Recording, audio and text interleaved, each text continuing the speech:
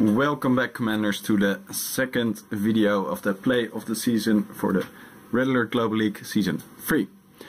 We're going straight on to the next nomination because we still have a lot more to watch. So, it's Torque versus RAGL. This game was played in the Recruit League. Torque in brown and RAGL in the purple-pink color. Torque, I'm not sure if he plays again in the 4th season of the Red Alert Global League, but I know RAGL does, and he is promoted to the Minion League.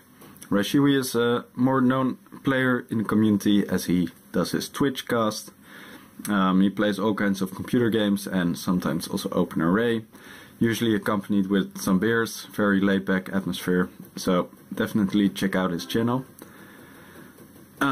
But I don't think he'll be very happy to see this game. He has probably improved a whole lot. And Torque has been all over the map, dropping refineries everywhere, not taking up, just building barracks, war factory, refineries. And here he pushes a little bit too far. RAGL spots the expansion, does a great job by sending in his MCV first for no apparent reason. But fortunately for him, he also has some army to back it up. And he attacks the construction yard, and it doesn't, no, it goes down. He kills the only MCV of Torque, and Torque has no service depot, so he has to do something, and he decides to counterattack. As you can see, not so many units, so this should be an attack that RAGL should be able to counter, and he decides to counter it by moving his units along. They get shut off, and as you can see, Torque is all over the map, but he doesn't really have anything. And I'm not sure if this is a misclick or intentional, but he decides to send in 15 medics. And with 15 medics, you can heal so fast that the pillbox doesn't even kill you. Yes, those are bullets in your head, but we are with 15 surgeons fixing you. The couple infantry that are there are promoted to generals and whatnot, which makes them very strong. Do check out the light tank. It's blocking the refinery. Small economical block. Smart move. And this must have been very frustrating for RAGL, seeing all those medics, but not, and just a couple infantry, but not being able to do anything about it. Light tanks coming in, some nice crushes. But you can see even the pillbox tries to shoot them, but they're instantly healed again. And here we have a very brave rocket soldier walking in the midst, joining the ranks, but he's being discovered and killed. So a very funny game, and as said, I don't know if it was intentional, but those medics saved the game for Torque. RAGL can't push through them, didn't manage to get out of this. I'm sure he would win this game today, but that day Torque won in a very creative fashion, and that's what gave him the nomination. So if you like this game by Torque, go to the Sleipnir forum, mention him, and so he'll get a vote from you. Right, the 8th game. It's a lorry driver versus 5 aces. Both players don't really need an introduction. Lorry driver has been introduced. 5 aces. You're watching his channel right now, so you'll be very familiar with him. And this game was played in a Master League on the map Behind the Veil, one of the most popular maps, always giving interesting games. And 5 aces goes for a daring strategy. And before I forget to tell you, this is a double nomination. Both 5 aces is nominated in this game, and lorry driver has been nominated. And you'll see why. Anyway, 5 aces goes up to lorry driver, he has built the bare minimum in his original base, drives up to lorry driver's base, walls off one entrance, pops down a power plant, so it gives him a little buildable area, and then moves up. The spectators look forward to it. Lorry driver does spot the construction yard quite early because of the 2 infantry. Another wall popped down by 5 aces to wall off that single cell entrance. So this will be a game where time is important. The longer lorry driver is shut into his main base, the more his ore will be mined out, and the longer 5 ace can keep him in, the more 5 ace will be able to build up and use the map and eventually destroy lorry driver. Lorry driver has actually teched up, built another MCV. He dropped it on a very strategic point with 2 cells of space, so he can pop down a barrack and pop a pillbox over the wall, pushing back the little group of infantry. 5 aces did try to wall in lorry driver, but unsuccessfully, and lorry driver can finally push through and immediately goes all in with everything he's got, or all out. 5 ace has to retreat his only MCV. He is able to push back most of the forces. But meanwhile, he hasn't really teched up, and if you look in the southwest, you'll see lorry driver's MCV escaping. So, why was 5 aces nominated? Because of the micro during this game. By now, lorry driver has escaped, as you can see on the minimap. There you go. And he quickly expands to several places, becoming an economical, strong force. And 5 aces still doesn't have a lot of economy going, because he had to invest a lot into army all the time to keep lorry driver caged in. But as we know, he didn't succeed in caging in. So now he needs micro to counter the economical disbalance. And we'll see several examples. Well, of course, 5 aces loves his V2s, he loves his yaks, and we'll see several examples how he uses them. Down goes the barrack, and almost down goes pillbox. V2s retreat, so the hind cannot pick them off. But lorry driver is attacking the main base. No resistance over there, and although 5 ace was mined out there, obviously it's a loss, because now he's only here and he is circumvented by lorry driver, which you never want. V2s rain down on the main base, trying to find a hole to push through. The flag trucks pick off hind, very nice. The V2s destroy the barrack and almost destroyed the war factory. But the lorry driver has been all over the map, has been able to build up a nice army, and he attacks 5 aces. Almost crashes the yak on the artillery. Not enough, so he needs a second yak. Picks off both artillery. He does lose the service depot, so he will have to rebuild it. Small attack going on over there, but not enough. And the V2s rain down on lorry driver. Picks off the AA gun, immediately sends in a yak. Well, not immediately. There goes war factory. A yak is coming, picks off 2 artillery, further artillery, but he also has to respond to the army over there. And down goes the war factory.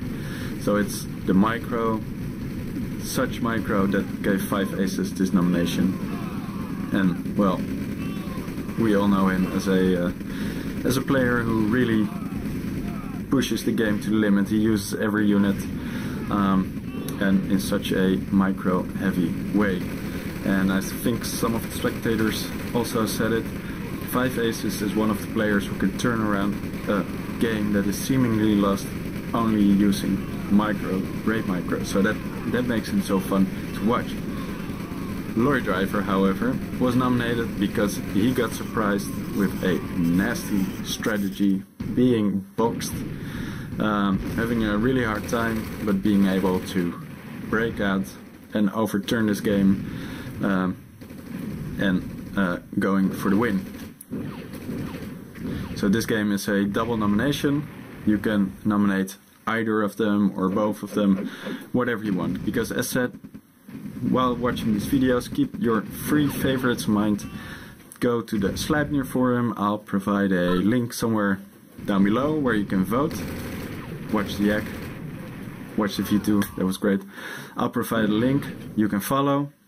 Go to the Sleipnir forum, list your 3 favorite videos in the order you like best, and I'll see who has the most votes. And this is almost the end of the game. 5 Ace tried to wall off his expansion, but he left a little gap, enough for Lorry Driver to push through with a little annoying army.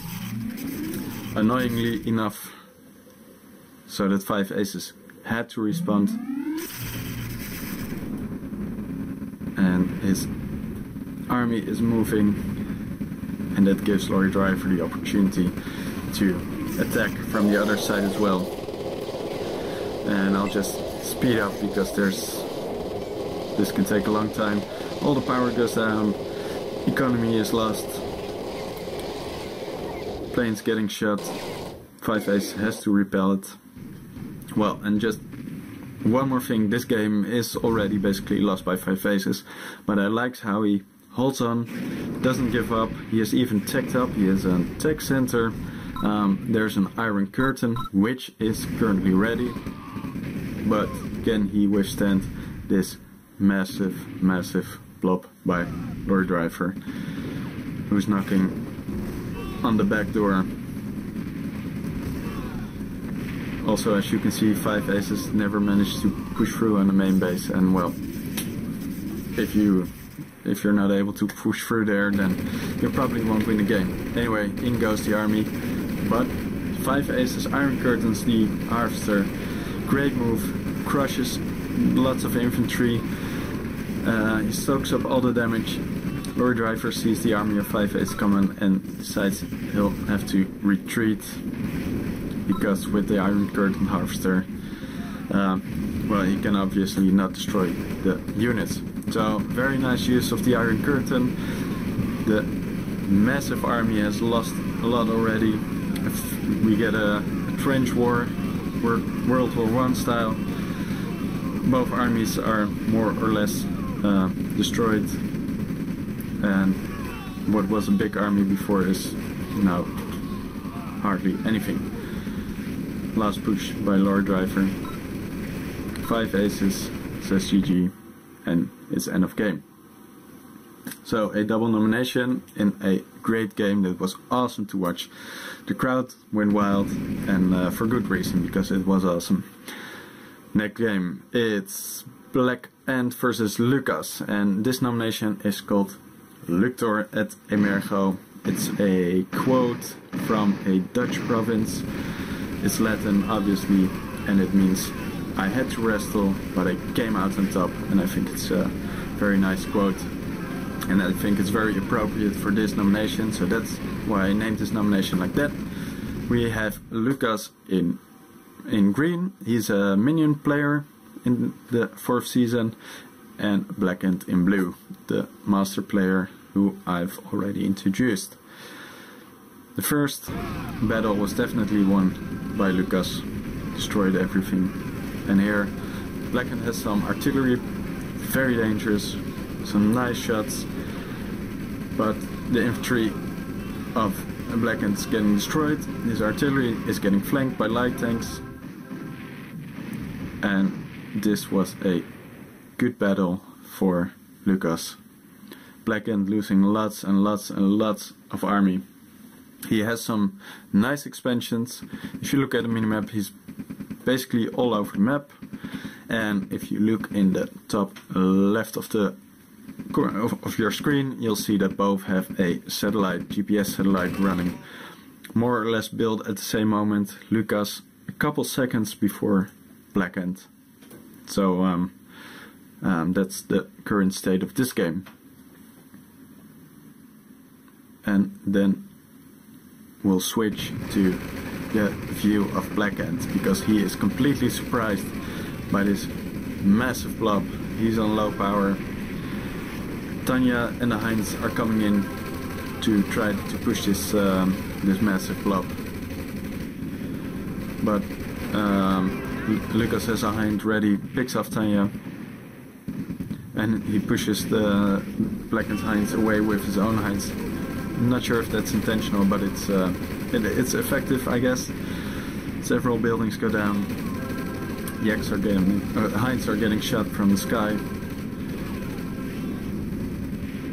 And this is a wonderful attack for Lucas.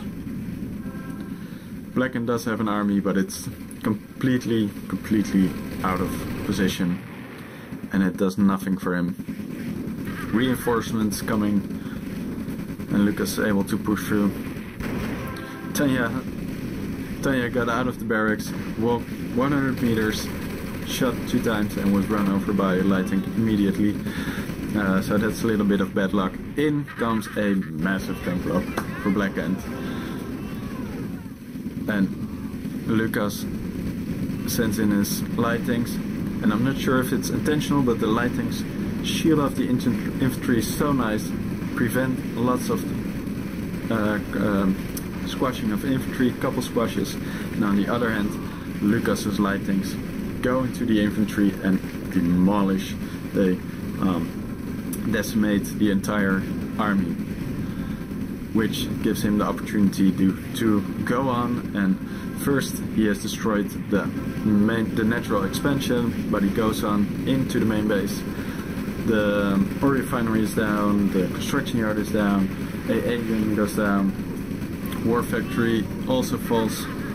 There's Tanya, she cleans the house, but this was a devastating blow, destroying the entire structure of Black Ant. So, look at the GPS timers. Only 30 seconds left, approximately, for both. And Lucas tries to spot the GPS, but he's with his Heinz, but he's pushed back by a longbow and the AA gun. So he has to come up with another ID, and his other ID is 9 light tanks rolling in. 12 seconds left for Lucas's GPS, and he sends in those light tanks, squashes the infantry, and his GPS is up, and with just 2 more seconds to go, Black Ant loses his GPS satellite. Very painful. Lucas can see what's going on and immediately goes on to destroy an expansion. Black Ant has no army. He does chrono away some light tanks, but it's not nearly enough, and he has to sell off everything he has over there. So, if you have a look at the minimap, we'll look around. This is Lucas's view. He sees the small expansion. Black Ant does have a strong position in center with the gems. That's very valuable, of course, but Black Ant has no idea what's going on. His expansion is being cleaned up again. Lucas is all over the map, has expansions everywhere, great economy, but Black Ant has a nuke. Very daring to build a nuke when you're, well, quite far behind. GPS almost up for Black Ant, finally, unless those mini tanks destroy the GPS again. They're looking for a target. They find a longbow, destroy it, very valuable, of course. But by now there are just 2 light tanks left. They get a couple shots on the GPS, but it's definitely not enough. So the GPS for Blackened goes up. Still in a dire position, his main base halved, and except for the center expansion, there are no other expansions for him. And Lucas has a big hind blob, but Blackened pops an AA. He almost destroys the nuke, but the nuke is left with just a tiny bar, and if Lucas hadn't retreated his Heinz, he would have destroyed it, but he thought he already had it. Decided to save his Heinz, but it resulted in the nuke not being destroyed. Very, very annoying, and I think he's somewhat tilted because here he sends in his entire infantry blob. He sends them into the artillery. There's a Tanya who can shoot away at it. No tanks to soak the damage, and this is just wasting an entire army. So I think he kind of tilted, and for no good reason, because he's all over the map. Big advantage, but from here everything goes down. Artillery destroying. Blackened also has the GPS, so the artillery can aim for the infantry. The small expansion in the west has been bombarded to shreds by the artillery, and the nuke is ready in 1 second. And it's being shot at the construction yard with the tech center nearby, so that'll be destroyed. So this was definitely a difficult game for Blackened, and he has definitely struggled. But Lucas calls GG, Blackened came out on top. Great comeback, and that's what gave him this nomination. Very nice. And on to the next game. It's Sir Cakelot versus Smitty. We've seen Sir Cakelot before, so we don't need to introduce him again. But I'll tell why I call this game Sir Creative a lot. And he plays against Smitty. Smitty also has a Twitch channel and sometimes does cast. He's a great player, so definitely worth watching. And here Sir Cakelot has built 2 hijackers. And this nomination is not very spectacular, but it is a nomination because it's a very creative play, a nice play, and that's what the play of the season is about. So it doesn't have to be all crazy and demo trucks and whatnot. It can also be subtle, and this is a subtle play. 2 hijackers being dropped, one captures the ore truck, other is being run over, but Sir Cakelot decides to leave the harvester at the ore refinery, blocking it for the other 2 ore trucks, not only capturing an ore truck but also hampering the economy of Smitty. So it's altogether a subtle but a move that could really change the game. But unfortunately for him, Smitty is a very strong player who's able to macro up very, very good, and the block was not enough to stop him. Smitty is all over the map, as you can see in the minimap, and here he tries to attack the natural expansion of Sir Cakelot, but Sir Cakelot is creative. He sends in a massive blob of harvesters. One is being shut down. Other harvesters see the ore of their dead comrade. They don't care, they see ore and they eat it. The infantry blob is halved, I think. Very nice use of the ore trucks. If you don't have an army, send in the ore trucks and push him away. Some more drops by Sir Cakelot. Again, this will not overturn the game, as Smitty is a powerhouse, and losing 1 MCV won't tilt the game in your favor. You'll need more for that. And the final push. Again, a drop, but not nearly enough to actually do some damage. creative play, a little bit subtle, but enough for RAGL to deserve another nomination. It didn't win in the game, but it did give him a nomination. GG for Smitty though. And on to the next game. Again, it's RAGL, and this one is called Always Keep an Eye on Your Backyard, and we'll see why later. He plays against Lucas, and it's the 11th round of the Minion League. The game is played on green belt, and down in the southwest we see an engineer walking. He will play a key role in this nomination later. Some battles are fought for the oil derricks, engineer being killed. Not much out of the ordinary really. This is usually how the early game goes and works on this map.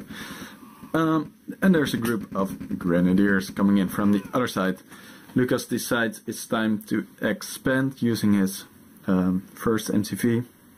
He packs up and leaves his main base, but he also forgot to put down some defenses, or at least some rifle infantry. So it's an open field day for RAGL, and you should never give him that opportunity. Grenades shell down on the ore refinery. The engineers capturing the war factory, stopping the production. Something is almost ready, but it can't come out as the engineer is doing his job. And I'm not sure if this is a bug or a glitch. RAGL captured the war factory, and at that very moment a ore truck for Lucas came out. And I'm not really sure, I think that should have been RAGL. Not sure why that happens. Fast forward, Lucas really has nothing left in his main base. He has no economy running, while RAGL does have something going for him.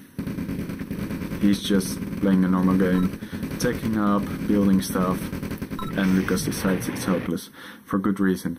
Very nice early double attack, giving the win to RAGL and giving a nomination. And again, RAGL. I can't help it. I did it in the order of the rounds, and he's just a creative player, and creative play gets rewarded in the play of the season. So, again, a nomination for him. It's RAGL against Lucas again, same round, and it's on agenda.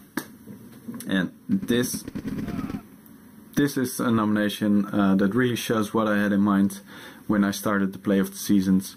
We have Lucas expanding again with his first MCV. RAGL has a small infantry army, attacks, and somehow Lucas thinks he's overpowered, which he's not, but could be. Now look at the flag truck, blocks the movement of the MCV, and he follows it. He's almost getting destroyed by the infantry and the ranger, but he moves away to save the health, keep pounding at the MCV, and ends up destroying.